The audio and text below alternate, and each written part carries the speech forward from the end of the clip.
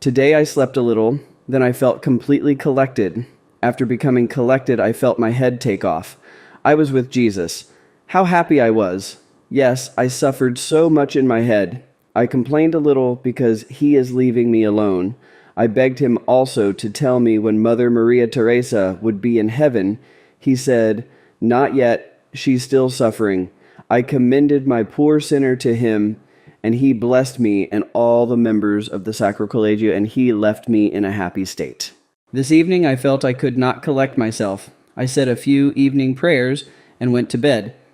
To tell the truth, I foresaw a bit of a storm because Jesus had warned me a few days ago, saying, "The enemy will try you with one final battle, but it will be the last because now that is enough."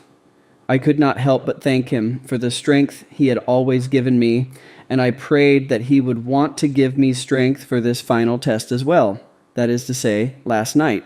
I went to bed, as you know well, with the intention of sleeping. Slumber was not long in coming, when almost instantly a tiny, tiny man appeared, all covered in black hair. What a fright! He put his hands on my bed, and I thought he wanted to hit me.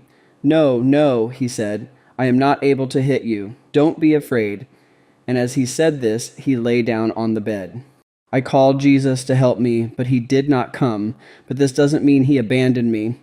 As soon as I called his name, I felt liberated, but it was sudden. Other times I had called Jesus, but he had never been ready, like last night. You should have seen the demon afterwards, how angry. He rolled around on the floor, cursing. He made one last effort to take away the cross I had with me, but then he instantly fell backward. How good Jesus was with me last night. The devil, after that last effort, turned toward me and said that since he had not been able to do anything, he wished to torment me the rest of the night. "No," I told him. I called my guardian angel, who opened his wings and alighted next to me. He blessed me, and the bad devil ran away. Jesus be thanked.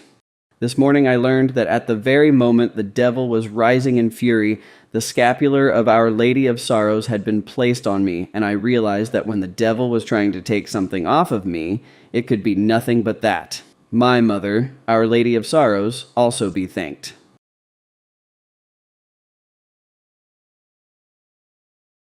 Yesterday during the day, I had to talk with my guardian angel once again. He reproached me above all for my laziness about prayer. He reminded me of many other things, all about the eyes. Still, he threatened me severely. Last night in church, he reminded me again of what he had said that day, telling me I would have to reckon with Jesus. Finally, before going to bed, as I was asking his blessing, he warned me that today, August 20th, Jesus wished me to undergo an assault from the demon.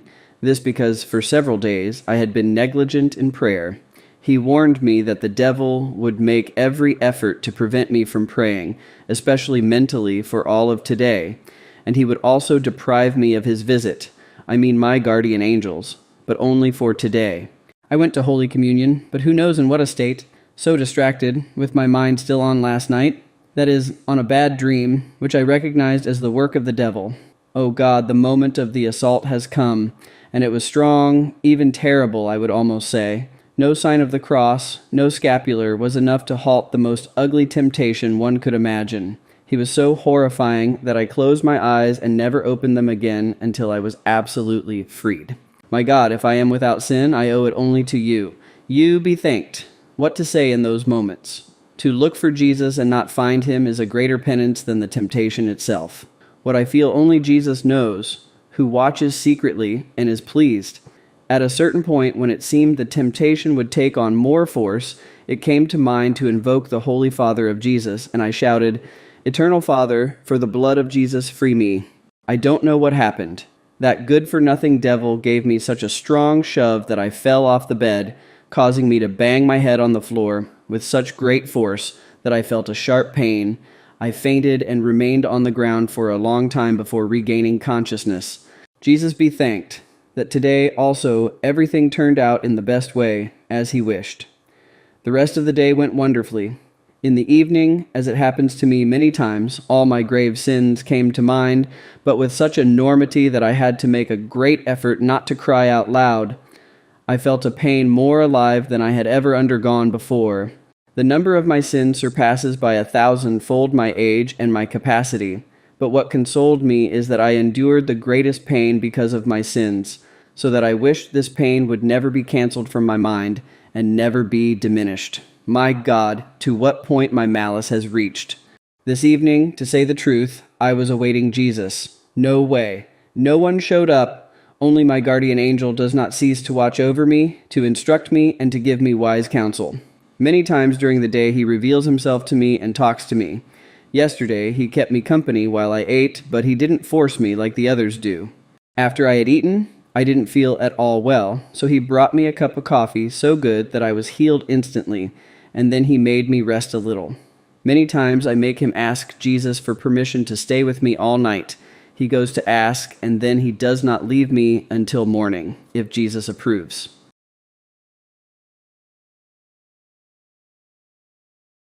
Still later, I went to church for the usual blessing, but I felt tired.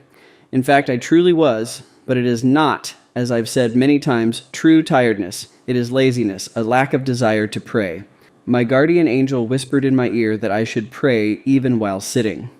At first, I could not give in, but he insisted a second time, and so for obedience, I remained sitting. For sure I was pleased about this, since I was unable to stay on my knees. Last night, he also made me understand that when Jesus complains about me because I do not do my meditation, he does not mean Thursday and Friday, he means the other days of the week. In fact, it's true, because on those 2 days, I never forget. I promised to be more conscientious, and he ordered me to bed, saying I was tired and I had to sleep. I urged him to stay with me, but he made no promise, and in fact, he did not stay. Now then, I said to him, run to Jesus and plead with him, because tomorrow evening I must go to confession, and I need to see him. And he instantly responded, and if Brother Gabriel should come? That would be the same, I answered. Either Jesus or Brother Gabriel. One way or another, I need a visit. Beg him to concede me this grace. I need it. Can you tell me? He asked. As for you, I responded, go to Jesus and tell him everything, and then return and tell me. He nodded yes. He had spoken to me a few minutes ago about Brother Gabriel, and, as always, even just hearing about him made me happy all over, so I could not refrain from exclaiming, Brother Gabriel, how long I have been awaiting him, how much I desire him. Just so, because you have such a strong desire, Jesus does not want to satisfy you. Then, laughing, he instructed me that when Jesus came, I should not let him know that I had a desire to see Brother Gabriel, in which case Jesus would grant my wish easily. I realized he was kidding, because I know nothing can be hidden from Jesus. Show indifference, he repeated, and you will see that Jesus will send him more often. I won't be able to do that, I said. I'll teach you. You have to talk like this to Jesus. If he comes, fine. If not, it's all the same. And in saying this, he laughed heartily. So I also repeated the phrase, but I understood that he was having fun. He ordered me to bed, saying I had to stay alone that night because if he stayed, I would never get to sleep, and he left. It's true, because when he is there, I do not sleep. He teaches me so many things about heaven, and the night passes quickly, very quickly, but last night was not like that. He left me alone, and I slept. Although I did awaken several times, and instantly he said, "Sleep, otherwise I'm going away for real." I heard loud thunderclaps, very loud, and I was afraid, so he came and made himself visible. He blessed me once again, and I went back to sleep.